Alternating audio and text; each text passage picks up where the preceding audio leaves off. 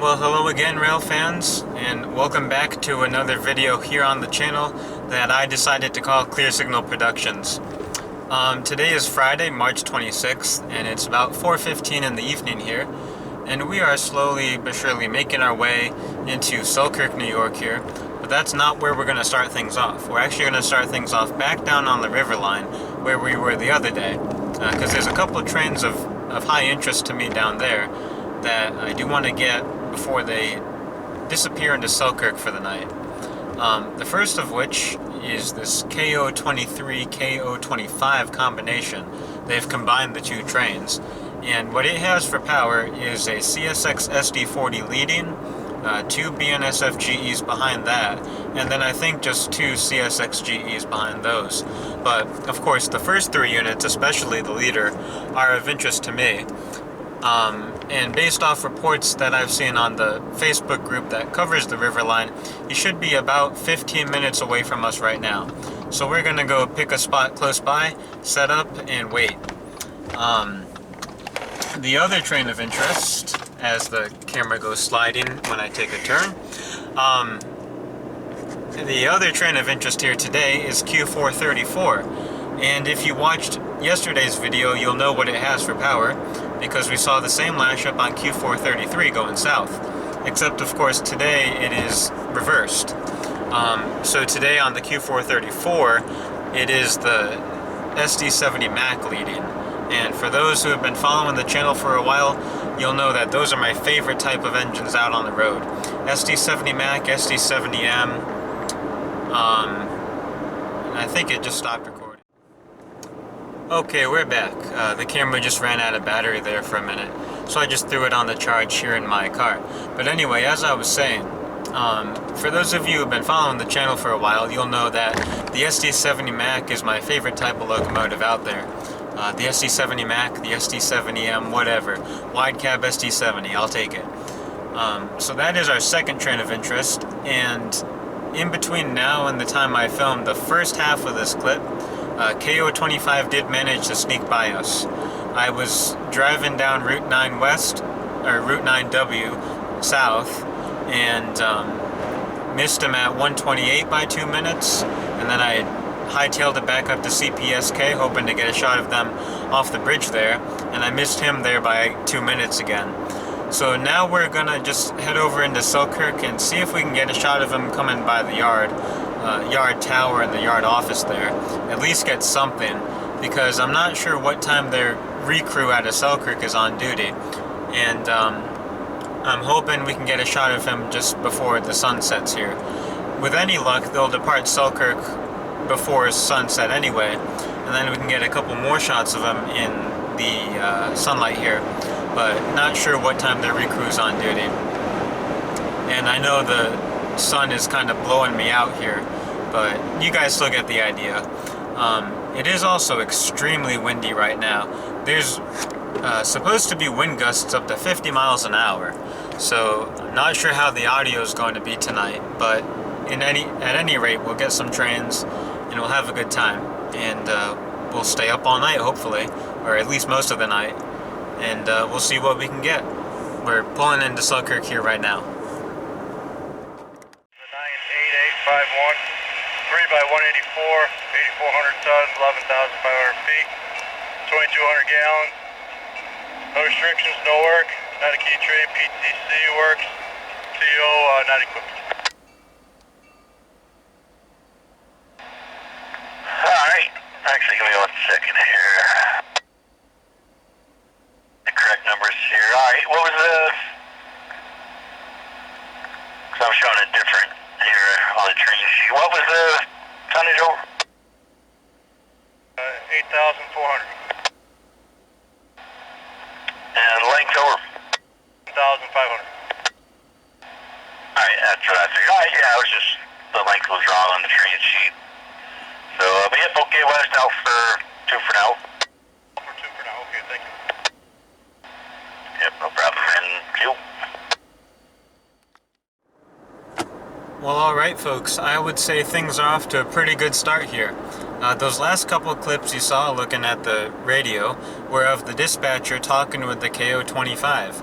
What they ended up doing was they ended up doing what they call a live recrew, which is where the train pulls in and the outgoing crew gets off, and the inbound crew, or I guess you could say the new crew, is already right there ready to go.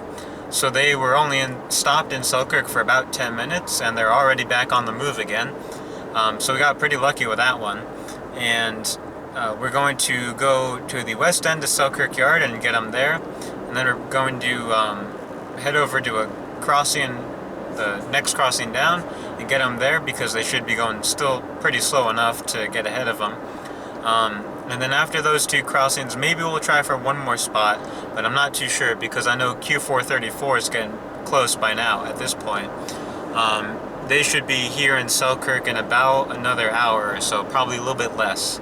So at least 2 shots of this KO-25, maybe 3, and then we're probably going to have to turn our attention to the Q434 to get that 70 Mac up front that I'm after. But that's what's going on now. We're definitely starting things off on the right foot with a classic SD40 lead-in and then an SD70 Mac. So hopefully things can only get better from here, but if they get worse, that's not such a bad thing. But we'll see what we can get. And there's the sun.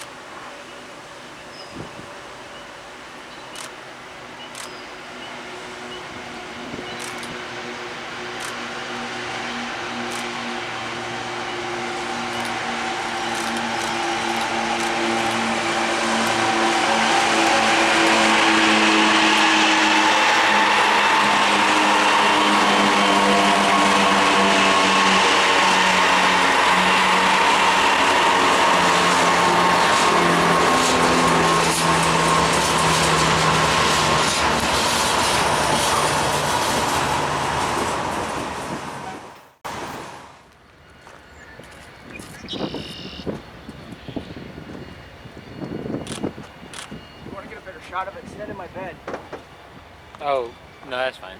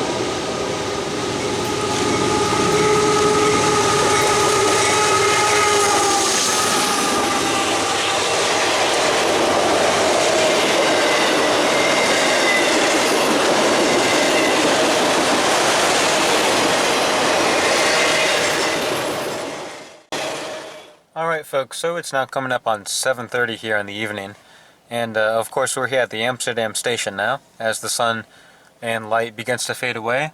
We're going to spend the night here at the station, of course, because they've got lighting here for overnight, and we should have enough light to do some good shots overnight. Of course, we just saw the Q241 again, and that kind of makes me wonder if the KO25 is still behind them, or if they were ahead of them. A friend of mine has been out this way, and he hasn't seen KO25, and he's been out here for quite a while, and it's possible that he missed them by 5 minutes, but unlikely. So we're both kind of scratching our heads here. He's on his way over to me right now, and we're going to see if we can figure out where KO25 is.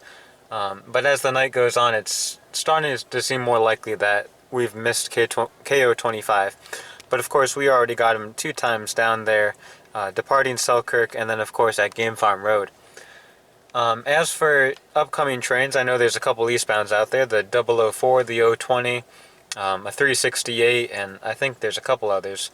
And as for westbound trains, 561 was talking to the yard as I left Selkirk, so they should be here at this rate probably in another hour or so. So we'll see what goes on.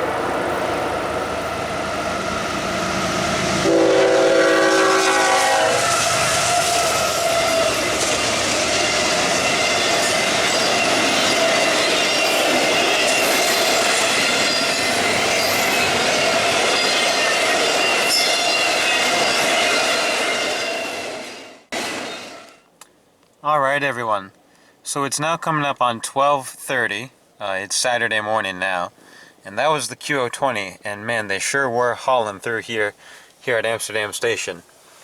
Let's see what the detector says for their speed, because I'm sure it was at least 55. Just curious. Should be going off right about now. CSX Equipment Defect Detector. Milepost 177.4. Track 2. No defects. No defects. Total axle 462. End of transmission. That's right, I just realized a couple seconds before it started transmitting that it hasn't been reporting the speeds. Sometimes it does, sometimes it doesn't. It seems like lately, over the past couple of months, it hasn't been, for whatever reason. But sometimes it will, sometimes it doesn't. But anyway, it's coming up on 12:30 in the morning now, Saturday morning. And of course, that was the Hotshot QO20 from Chicago, Illinois to Worcester, Mass. And they make that trip fast, and what we just saw was how they do it. Of course, before that, we had the... what was before that? We had the 168 and the 368 racing here through the station. And then before that we had the 004, and then before that we had the 561.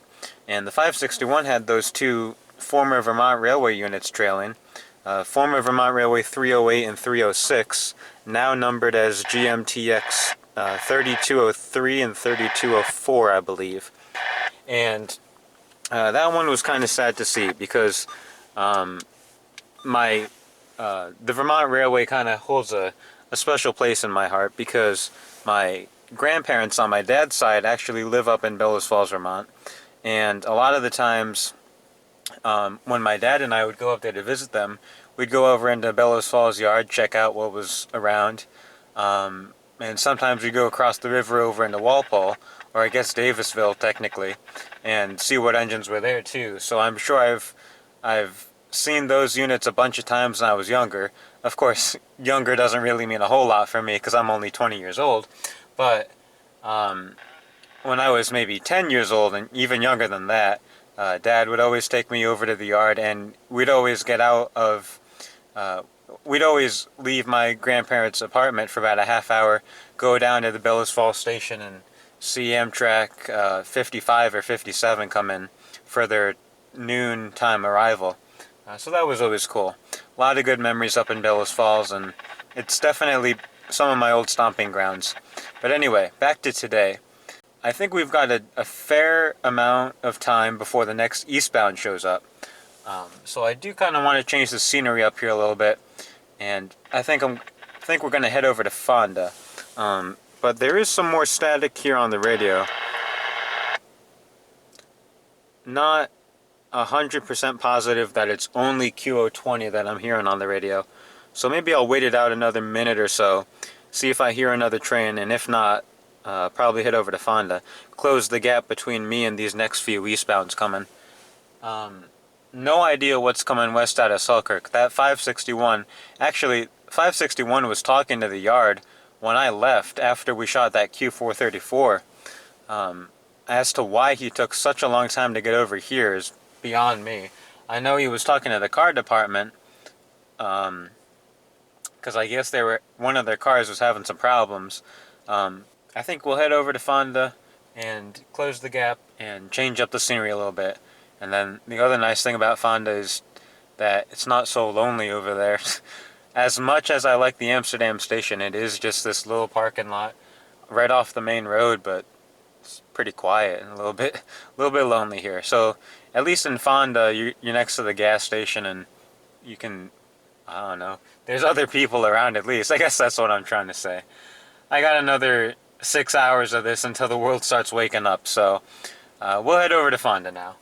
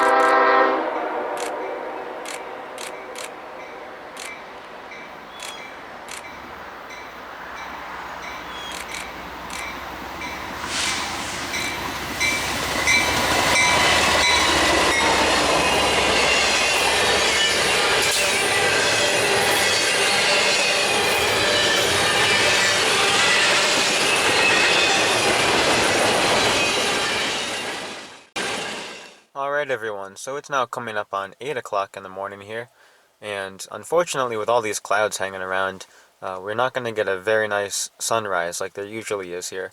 I've seen a lot of pictures from the early AM hours out here, with that sun coming over the tracks and a westbound train coming. It just looks really nice, but I think today with all these clouds hanging around, we're not going to get something like that. But the sun does still look kind of nice, peeking through the clouds right there like it is. And that, of course, was the Q158 we just saw. And as far as I know, there's nothing behind him for quite a while.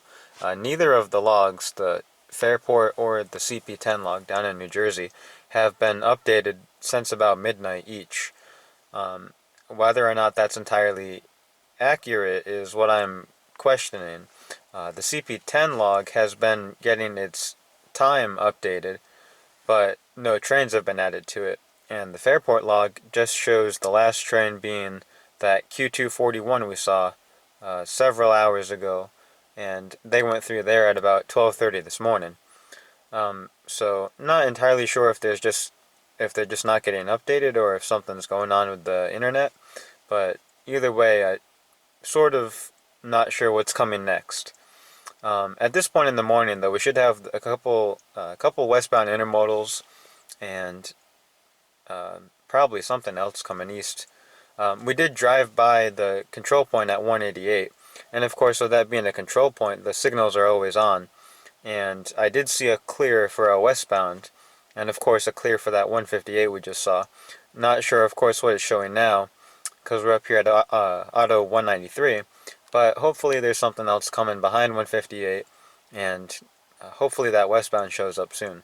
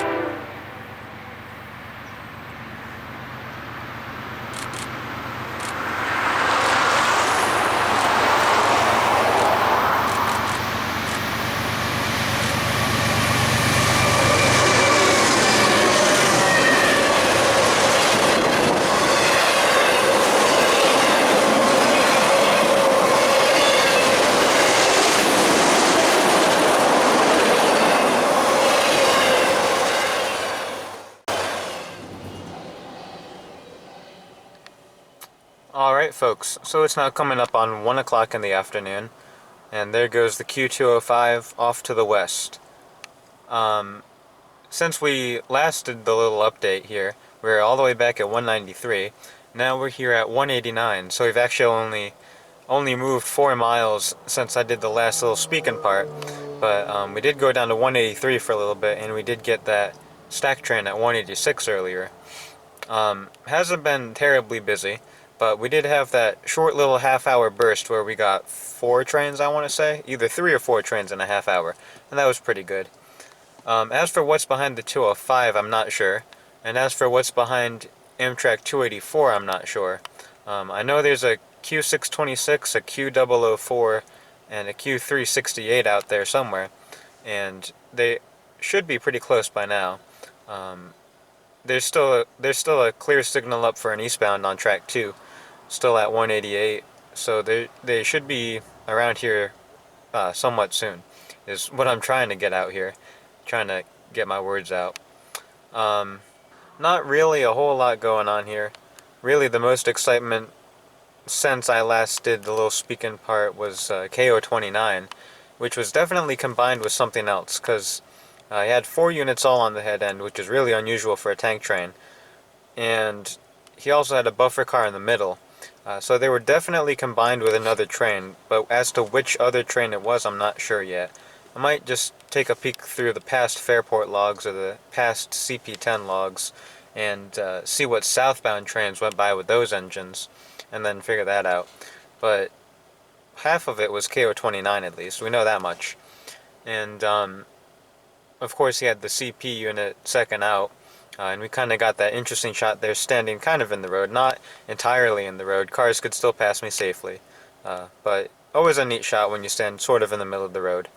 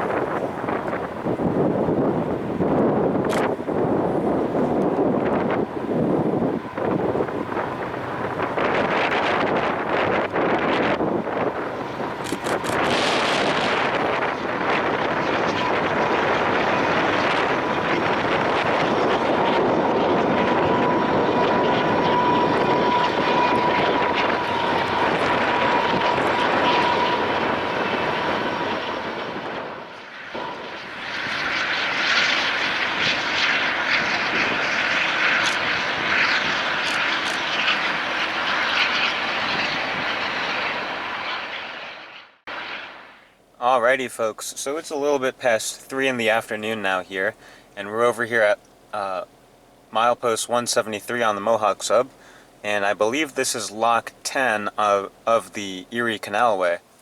The weather just turned out to be really nice, really gorgeous, not a whole lot of clouds in the sky, all except for these couple of big ones right here. But the temperatures are starting to climb. It's now 51 degrees. Except we still got that wind coming right off the Mohawk River, and that surely makes it feel about 10 degrees colder.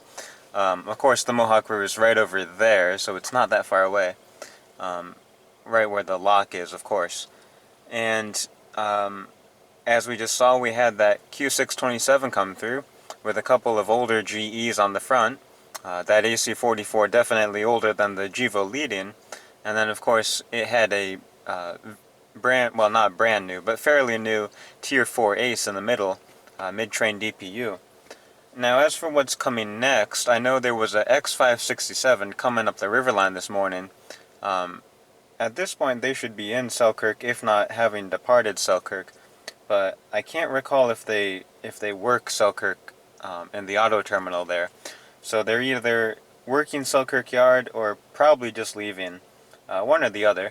And then for eastbounds, I know there was a 004 and a 368 by Fairport in mid-morning this morning.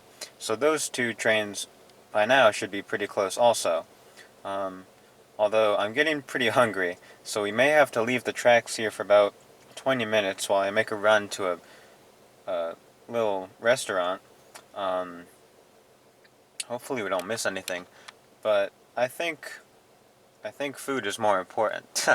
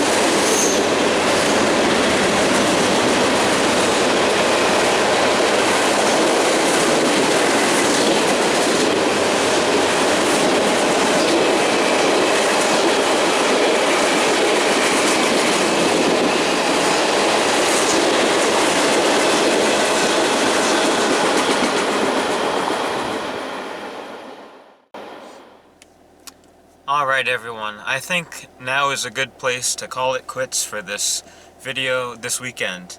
It's 7 o'clock in the evening now, and of course we're over here at Automatic 27, which actually I'm not sure what town this is considered.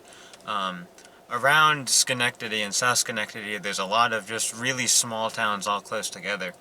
So not positive which one this is right now. I'll have to look it up, and by the time the video's up, of course I'll know where we are. But anyway, it's certainly a good trip out here. That was a whole 26 hours worth of coverage you all just watched. From 5 p.m. yesterday evening, and of course to 7 p.m. right now this evening. To summarize it all, I guess we'll have to start, of course, with the KO25, KO23 combo, with that SD40 leading that we got twice, and then we got the Q434 with the SD70 Mac rebuild leading coming into Selkirk. That was pretty cool. And those were well, not the first two trains. Those were trains number 1 and trains number 3 of the trip, and certainly a good way to start the trip off, by no doubt, or no doubt at all, I guess. You can tell I've been up basically for 26 hours, actually longer than that, because before I came out here yesterday I was up at 6, because I had to be at work for 7. So, let's see, I guess you could say I've been up for 37 hours, minus 1 hour. I did manage to catch maybe half an hour of sleep over at 173, if that, and another half hour over in Fonda overnight. Sometime in around 3 this morning I caught like maybe half hour. So, this is gonna be a interesting closing clip, as you can already tell. I'm having trouble coming up with my words here. But anyway, KO25, Q434, those are both pretty cool.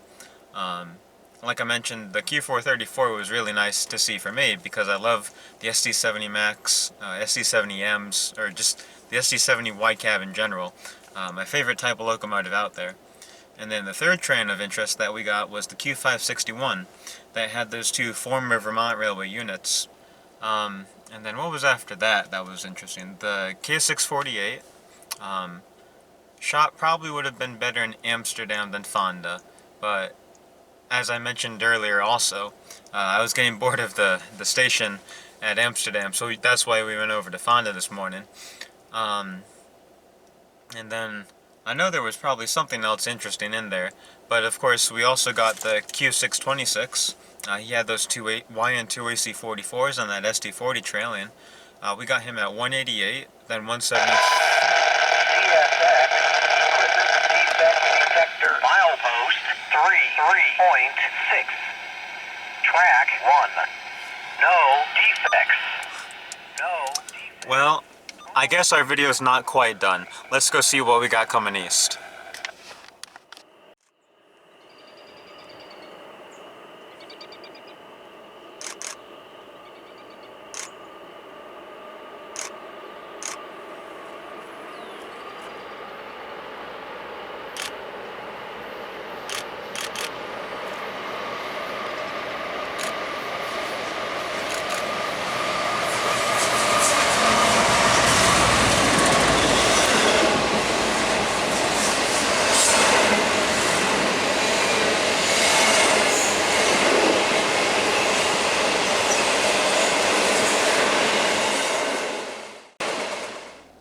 Alright, now back to wrapping up the video here. That was the QO20 that we just saw. I was wondering when he was going to show up. It took him an awfully long time to get here from Fairport. They must have been in Syracuse for a while, working the yard there, making a pickup and dropping cars off. But anyway, lots of trains of interest, like I said before, the KO25, the Q434, the Q626 all had good power, and then also the Q158 had those two YN2AC44s on each end of the other GE, I don't remember. I think it was just an older Gevo in the middle. And then of course Q561, and a whole bunch of other trains were decent this trip. The K648, KO29, you guys just saw all of them. You all know already. But certainly a good trip. the final count for trains is 43, I want to say, which actually isn't that bad over 26 hours. That's not a whole lot less than what you would get, 3 or 4 years ago out here. 3 or 4 years ago out here, you could get 45 trains in about 20 hours.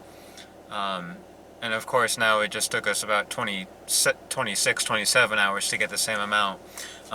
Really, the only difference between 2021 and say 2016, 2017 is that back then you did have about 10 more scheduled trains a day.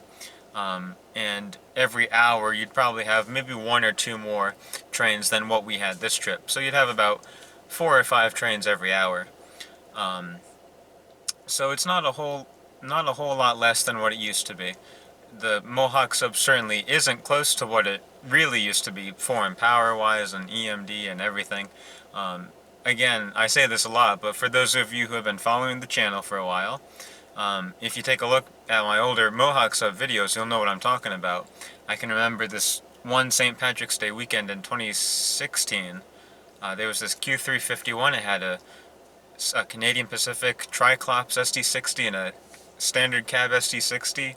Q169 had a CP KCS duo, and anything imaginable, you'd probably see it out here. It was just crazy.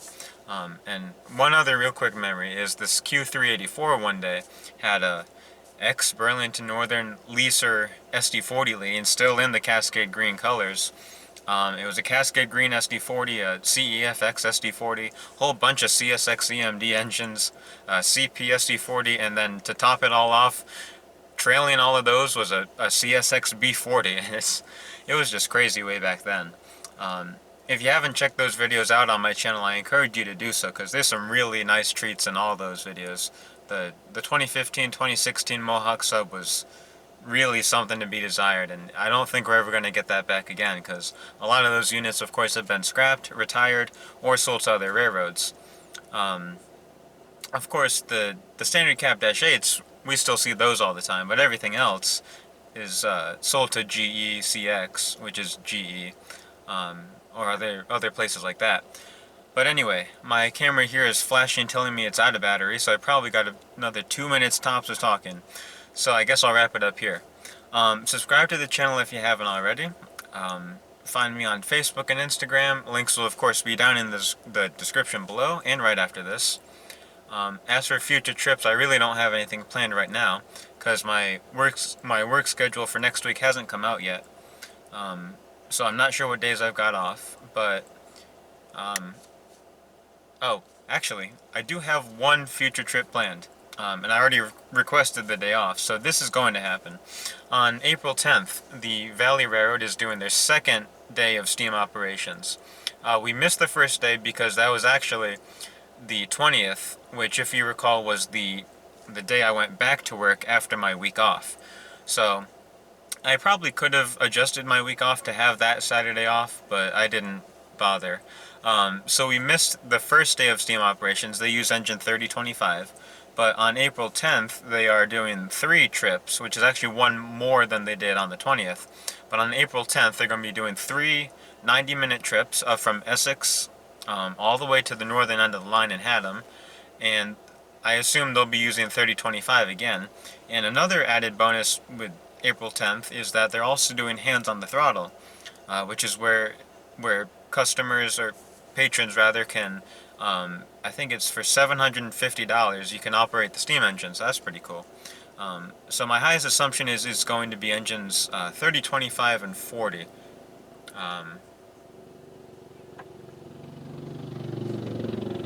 Someone just driving by on their quad here.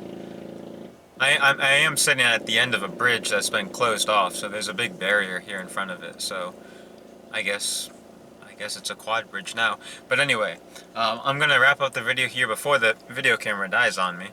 But anyway, as always guys, thank you for watching. Stay tuned for that Valley Railroad video. It should be a good day with the 2 steam engines running around. And I guess that's about it. So thanks for watching as always guys. And as always, I'm Aidan Neese, and I'll see you in the next one.